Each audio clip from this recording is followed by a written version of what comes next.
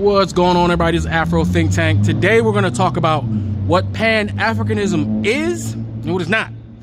Because it's come to my attention that there are a lot of people who don't know what Pan-Africanism is, and because they don't know what Pan-Africanism is, they think certain people are Pan-Africans when they're not, all right? And you got some people that want to be Pan-African, but they're going about it the wrong way because they don't know what Pan-Africanism is, because they're first finding out what Pan-Africanism is by somebody on YouTube currently, all right? And the thing is, not too many people are off the mark with Pan-Africanism. Most Pan-Africans are pretty much on the same accord, because the thing about it is Pan-Africanism is pretty simple. It's pretty simple. It is pretty well defined of what it is. There is no changing Pan-Africanism. There's no, you can improve Pan-African action, right? But Pan-Africanism as it is, it's pretty simple. It's pretty straightforward. But what I've noticed, there's a lot of people that, well, not a lot, there's a few people that come in that comment section and they're confused about what Pan-Africanism is. They think that you can campaign for white institutions, or you can be a part of white institutions, and that could be considered Pan-Africanism. It's not. Pan-Africanism is an Afrocentric way of thinking, meaning the foundation of Pan-Africanism Pan-Africanism starts with an Afrocentric mind. That means all that European shit, all the European political this, political that, all that shit goes out the window. You leave that shit to the Europeans and they shit. As a Pan-African, it's a new way of thinking, the way of thinking of the African. So I'm gonna put some clips together with some legends and some regular Pan-Africans, and we're gonna talk about what Pan-Africanism is, and we're gonna define what it's not, because like I said, you can't be a conservative and a Pan-African. That's literally oil and water, right? But there are some people who believe you can be a conservative because they're being introduced to Pan-Africanism by people who are really conservatives pretending to be Pan-Africans, right? So it's not really the fault of people just being introduced to Pan-Africanism that's starting to make its rotation and rounds around black YouTube space. People are starting to take a look at Pan-Africanism to see what it is. And at that moment of introduction is when people get confused by fake Pan-Africans or Pan-Africans for pay, right? They put a paywall up. You can be Pan-African with them as long as you pay them money, right? Or, as long as you go along with their white Western Christian ideological agenda, right? There's nothing white Western or Christian about Pan-Africanism. No, you can't be talking about the Bible this, Bible that, Bible this, Bible that, talking about Pan-Africanism. No, because that Christianity in the Bible was the weapon used against black people, okay? We're at war here. It's an ideological war. Therefore, if you're still using the weapons of your oppressor, you can't possibly be on our side, right? But anyway, without further ado, I'm gonna let y'all watch this clip, and we gotta re-educate some of these unknowledgeable individuals on what Pan-Africanism is and what it is not, okay? That's all I gotta say. It's Afro Think Tank, learn some, teach them. I'm out. More.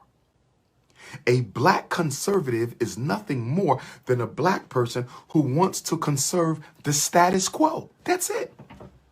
So the next time a Negro tells you I'm a conservative, the next time a Negro tells you I'm a conservative, he's admitting he's a coon.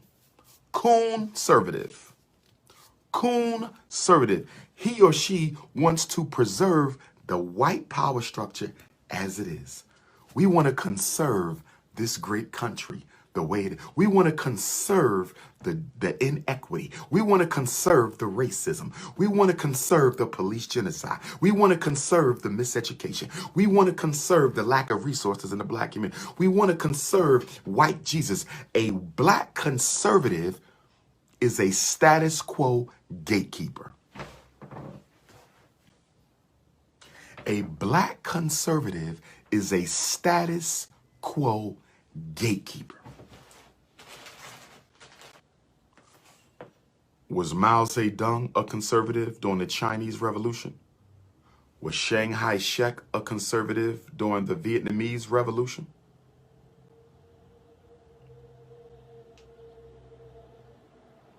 Was the Shah of Iran a conservative during the Iranian Revolution?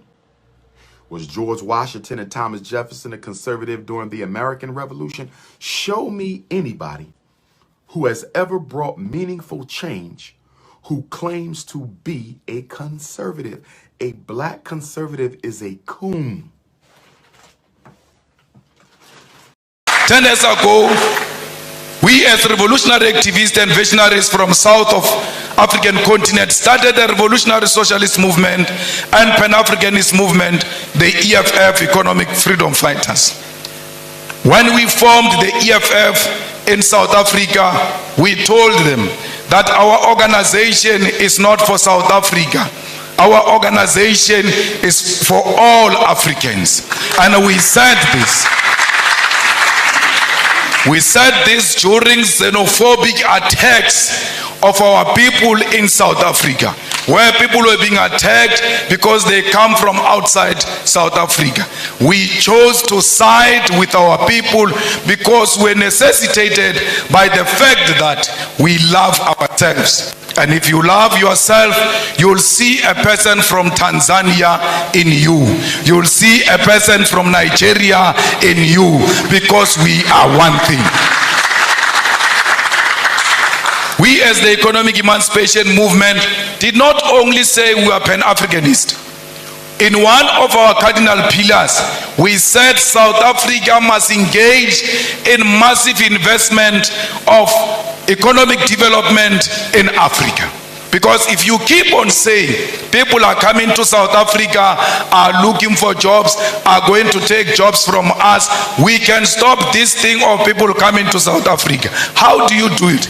Go and build massive economic development in African countries so that people can stay where they are and they can feed themselves from where they are. No one wants to leave his own home into some strange place. We leave our homes because we are searching for greener pastures. If there is an ESCOM in South Africa which is failing to give us electricity, but when it was well and still running according to how we wanted it, ESCOM had the capacity to electrify the whole of Africa. Why are you not going into the African continent and electrify the whole of Africa? Why is there no train that moves from Cape to Cairo, making sure that trade in Africa and movement of goods and persons is easy? Because if we do that, there's no one who can leave Lusaka to go and stay in South Africa. They can get into a train, go and do what they want to do in South Africa, and come back home and develop their own countries. We must make sure that this Africa is linked together. Of African American. Well, I do not even use the term African American. I use the term Africans because that's what we are. We're Africans in America. There's nothing American about us. Our history has only been a history of struggle in America. We are the only ethnic group in America who have to shed our blood to make reform. To get the vote, we must shed our blood. To get our children to school, we must shed our blood. To get on a bus and sit where we want, we must shed our blood. To even get in a filthy 5 and 10 cent store, we must shed our blood. So I don't see how we could be American. We're Africans in America struggling against American capitalism. And only until it's destroyed will we enjoy the rights that everyone else is speaking of. Most people, when we say Afro-American, they think only of the Negroes in the United States. But they don't realize that 2/3 of Brazil consists of people of African blood, which means they're also Afro-American because Brazil is in South America. And in all of these, many of these countries in South America and Central America, and even in Canada, they are heavily populated with people whose ancestors came from Africa. So when you total up the number of Afro-Americans, real Afro-Americans, in the Western Hemisphere, there are perhaps 100 million. And if these people ever unite among themselves, not only is it necessary for the Afro-Americans in the United States to be organized, but it's also necessary for the Afro-Americans in the Caribbean, or the Afro-Cubans, the Afro-Brazilians. It's necessary for all of them to be organized. And then once they are organized in each place, we have to organize among ourselves so that the Afro-American in the United States will be working in conjunction in a coordinated program with those who are in Cuba and those in Brazil and those in Venezuela and those throughout the Caribbean, in Haiti, and in the West Indian Islands. And in this way, we actually get strength. And it's not an accident that there's no organization existing in the Western Hemisphere that's designed toward that end. It would be a direct threat to imperialism as it really exists, and to colonialism as it exists in the West. And one of the things that's going to help to bring this about is the independence of Africa. And one of the only reasons that we in the West have never organized, we have hated our image and our African image. And because Africa has been in the hands of people who have created an image of Africa that's negative and hateful. And it has been hateful to us. We haven't wanted to identify with it. But now that Africa is getting independent and in a position to create its own image, and it's a positive image, those of us in the West look at the African image and see how positive it is, and we begin to identify with it. We become proud of Africa, and we become proud of our African blood, our African heritage. And this is what is beginning to make the Africans in the Western Hemisphere today develop more race pride. And as this race pride develops, then it has a tendency to make us want to unite together and work together. And your Western imperialists and colonialists consider this to be a grave threat. More threat than communism or Marxism or socialism or anything else. The Africanism is what they consider to be the real threat. Yeah, real quick, this one for Africans in the diaspora. Yeah, because it's a lot of anti-intellectualism going on, especially on TikTok. Even what I call Fed activity, with all these different groups and people saying all this bunch of BS, like all the dumb stuff they be saying that's not rooted in any real research or any like actual facts or nothing. Yeah, so getting into it, as Africans in the diaspora, it's important that we support, fight, and organize for one united Africa, and that one united Africa under scientific socialism. We got to understand that, like, we're never going to be completely free in countries outside of Africa until we have some sort of, like, African super state, superpower that can really back us. Like, yeah. And even we have to understand that, like most Western nations, right? So what I would call Western European nations, which includes Canada, U.S., Australia, and New Zealand. I include them in that. They thrived off of the exploitation, enslavement, and like just straight up, from colonialism and imperialism of African countries, of African people. And with that being said, we need to be Pan-Africanists, like revolutionary Pan-Africanists, for real. We should be supporting Chad in how they nationalize ExxonMobil. We should be supporting the federation between Mali, Burkina Faso, and Guinea. These are things that we should be supporting and learning about. Cause we have to understand that, like, us in the U.S., Canada, or wherever we at in Europe, things are going to keep happening to us, and we're never going to be close to the total liberation until the continent is free. And even like fighting for our own rights of self-determination within the other countries that we occupy. So like in the U.S., for example, like research the Republic of New Africa or Claudia Jones and the Black Belt thesis. You know what I'm saying? These are like people have laid the foundations and the blueprints. We just got to take it and mold it to our struggles today and build upon that so we can be free. We can't have the best of both worlds. Like some people want to be like part of the imperialist system and free, and that's just not going to work if you are part of a historically colonized group of people. Like, it's just dumb. So yeah, like for real, that's just it. Like, we got to become revolutionary Pan-Africanists. We got to take our rights of self-determination seriously and fight for liberation. With every day that passes, I'm beginning to realize how miseducated and misinformed even some of our people in the Black community are. I'm talking about basically the Black community as a whole, and I'm actually including the continent of Africa. I'm not sure if the person that I had the conversation with was making this up. This is a white American. He was talking about his Black African friend who basically called the Black American culture vultures. In my mind, I'm just trying to figure out how could that be? In America, we established our own culture off the heels of being oppressed since slavery up to the Jim Crow era, up to sharecropping, up to the whole Uncle Tom's Cabin of it all. We were slowly and gradually through decades and more than a century developing our own culture here in America. So whether or not this white guy or this white American was lying for a plausible argument to pretty much pit the Black African against the Black American, there is an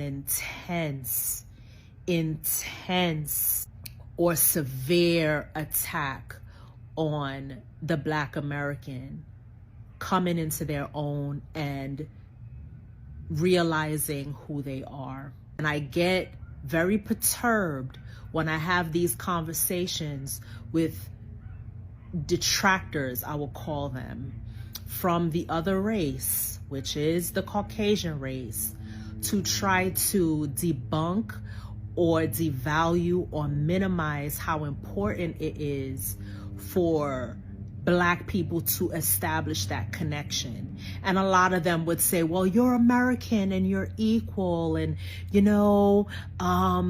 we need to be looking at each other as human beings. I'm like, okay, well, tell your politicians that.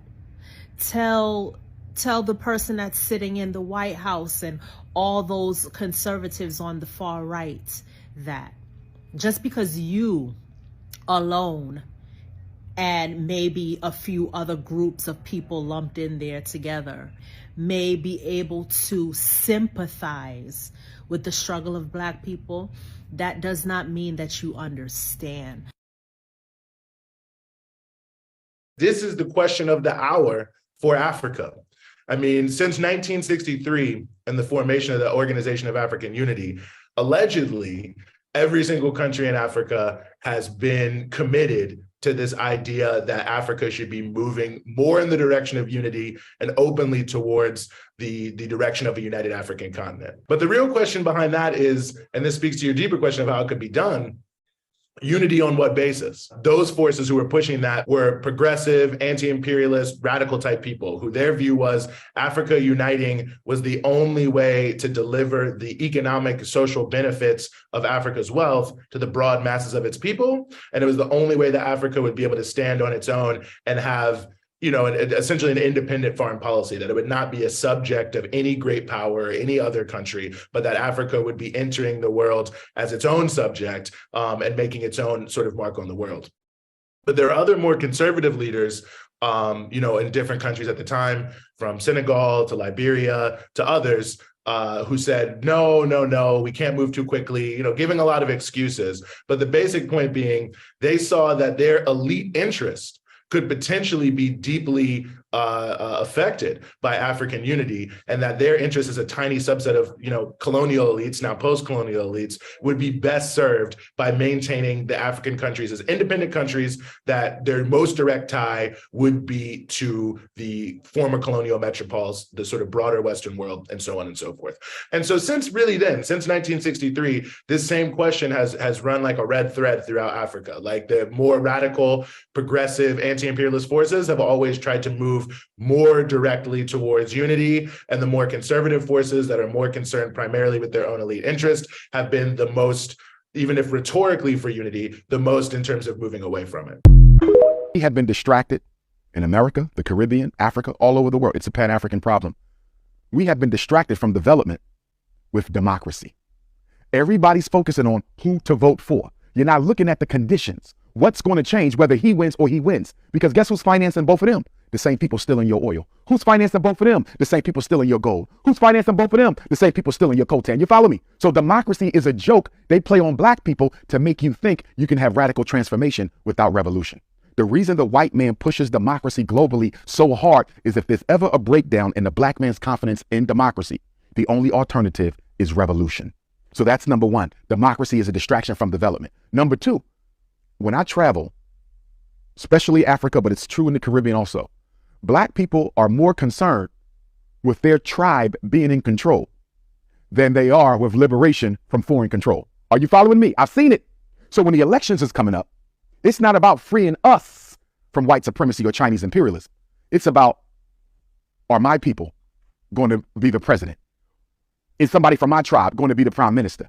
And because they're more concerned about tribal imperialism than African independence, this democratic scheme that they run on Black people continues because we're so petty and so small in our thinking. I just want to make sure his people don't get the presidency. I'm not even looking at the bigger picture. The white man knows this. The Chinese know this. So they come in, exploit, finance both sides. So no matter who wins, they get all the resources. Let me be clear. Mixed race, as far as I'm concerned, is all Black and no different than the rest of us. As long as they choose to identify as Black people full time. If they choose to identify as Black full time, I will accept them and treat them as Black full time. Look at Egypt, Angola, Haiti, or even the Blue Vein Society here in America. You can't name a time when it has been beneficial to our liberation to separate ourselves based off phenotype. Because all skin folk ain't kinfolk. But all kinfolk ain't skinfolk either. I was raised a Rasta, but I was also raised being Rasta. I was raised as a Pan-African. Mm-hmm. And break down what a Pan-African is for those who don't know. So is us everywhere, you know, like wherever the sun shines is us. And we have more in common with each other than we do that sets us apart. And what Pan-Africans believe is that we need to be able to lead the world again so that the world can have peace again. So whether it is people in Haiti or Brazil, whether it's people in Ghana, Nigeria, Ethiopia, Congo, whether it is people in North America or Panama, Colombia, is all of us need to be working together. Mm-hmm. And it's us everywhere, you know, whether or not, you know, you have this whole movement, which is kind of like another divide and conquer thing, trying to say that, you know, we ain't like them, we ain't African. It doesn't make any sense. If you have Afro hair, as far as I'm concerned, you're my brother or my sister. Yeah. And we're all catching hell wherever we are around the world. And it would make sense for us to work together so that we can stop catching as much hell and we can get back to having respect. So Marcus Garvey was one of the first Pan-Africanists. Mm-hmm. And also, interestingly enough, Marcus Garvey was one of the richest Black men that existed in North America. I'm going to hospitalize you coons because I care about you and I love you. You're part of our family. I cannot let you go and do what you want to do. I care about the coons, brothers and sisters.